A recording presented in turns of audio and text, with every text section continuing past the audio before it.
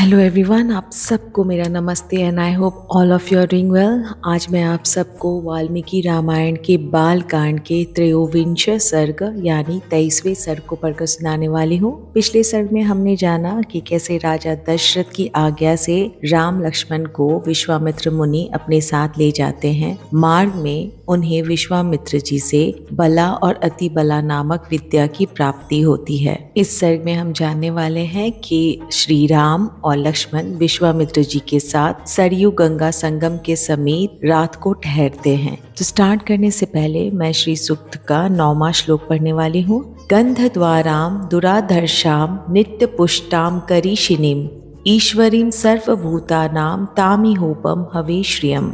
अर्थात जिनका प्रवेश द्वार सुगंधित है, जो दुराधर्षाम यानी कठिनता से प्राप्त हों तथा नित्य पुष्टा हैं, जो गोमय के बीच निवास करती हैं, सब भूतों की स्वामिनी उन लक्ष्मी देवी का मैं आवाहन करती हूँ। तो स्टार्ट करते हैं त्रयोविंश सर्ग।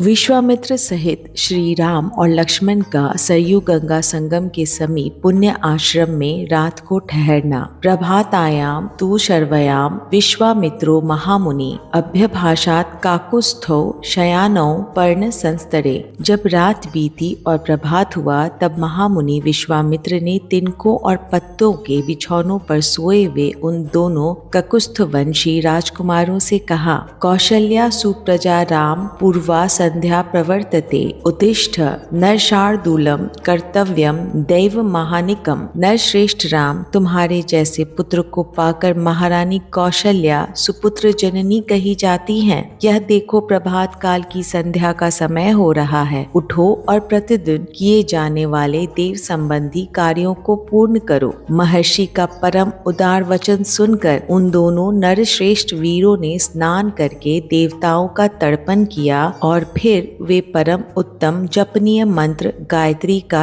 जप करने लगे। नित्य कर्म समाप्त करके महापराक्रमी श्री राम और लक्ष्मण अत्यंत प्रसन्न हो तपोधन विश्वामित्र को प्रणाम करके वहां से आगे जाने को उद्यत हो गए। जाते जाते उन महाबली राजकुमारों ने गंगा और सरयू के शुभ संगम पर पहुंचकर वहां दिव्य त्रिपथगा नदी गंगा जी का दर्शन किया। संगम के पास ही शुद्ध अंतःकरण वाले महर्षियों का एक पवित्र आश्रम था, जहां वे कई हजार वर्षों से तीव्र तपस्या करते थे। उस पवित्र आश्रम को देखकर रघुकुल रत्न श्री राम और लक्ष्मण बड़े प्रसन्न हुए। उन्होंने महात्मा विश्वामित्र से यह बात कही, भगवान, यह किसका पवित्र आश्रम है और इसमें कौन पुरुष निवास करता है? यह हम दोनों सुनना चाहते हैं। इसके लिए हमारे मन में बड़ी उत्कंठा है। उन दोनों का यह वचन सुनकर मुनिश्रेष्ठ विश्वामित्र हंसते हुए बोले, राम, यह आश्रम पहले जिसके अधिकार में था उसका परिचय देता हूँ। सुनो, विद्वान पुरुष जिसे काम कहते हैं, वह कंदर्प पूर्व काल में मूर्तिमान था, शरीर धारण करके विचरता था। उन दिनों भगवान स्थाणु यानी शिव इसी आश्रम में चित्त को एकाग्र करके नियम पूर्वक तपस्या करते थे। एक दिन समाधि से उठकर देवेश्वर शिव मरुद गणों के साथ कहीं जा रहे थे। उसी समय दुर्बुद्धि काम ने उन पर आक्रमण किया। यह देख महात्मा शिव ने हुंकार करके उसे रोका। रघुनंदन भगवान रुद्र ने रोष भरी दृष्टि से अवहेलना पूर्वक उसकी ओर देखा। फिर तो उस दुर्बुद्धि के सारे अंग उसके शरीर से जीर्ण शीर्ण होकर गिर गए। तत्र गात्रम हतम तस्य निर्गंधस्य महात्मनम अशरीरः कृत कामः क्रोधात देवेश्वरेणः। वहां दग्ध हुए महामना कंदर्प का शरीर नष्ट हो गया। देवेश्वर रुद्र ने अपने क्रोध से काम को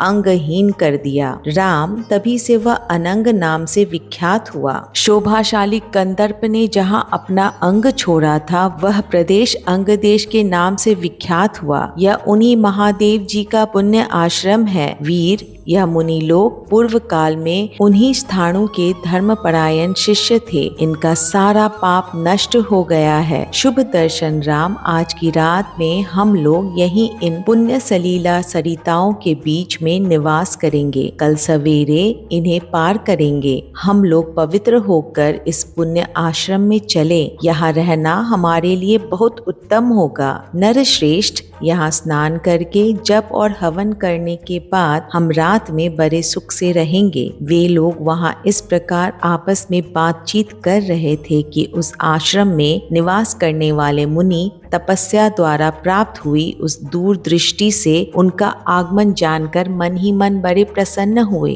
उनके हृदय में हर्ष जनित उल्लास छा गया। उन्होंने विश्वामित्र जी को अर्घ्य, पाद्य और अतिथि सत्कार की सामग्री अर्पित करने के बाद श्री राम और लक्ष्मण का भी आतिथ्य किया। यथोचित सत्कार करके उन मुनियों ने इन अतिथियों का भांति भांति की कथा वार्ताओं द्वारा मनोरंजन किया। फिर उन महर्षियों ने एकाग्रचित होकर यथावत संध्या वंदन एवं जप किया। तदंतर वहां रहने वाले मुनियों ने अन्य उत्तम व्रतधारी मुनियों के साथ विश्वामित्र आदि को शयन के लिए उपयुक्त स्थान में पहुंचा दिया। संपूर्ण कामनाओं की पूर्ति करने वाले उस पुण्य आश्रम में उन विश्वामित्र आदि ने बड़े सुख से निवास किया। धर्मात्मा मुनि श्रेष्ठ विश्वामित्र ने उन मनोहर राजकुमारों का सुंदर कथाओं द्वारा मनोरंजन किया। इस प्रकार श्री वाल्मीकि निर्मित आर्ष रामायण आदि काव्य के बाल कांड में 23वां सर्ग पूरा हुआ। जय श्री राम।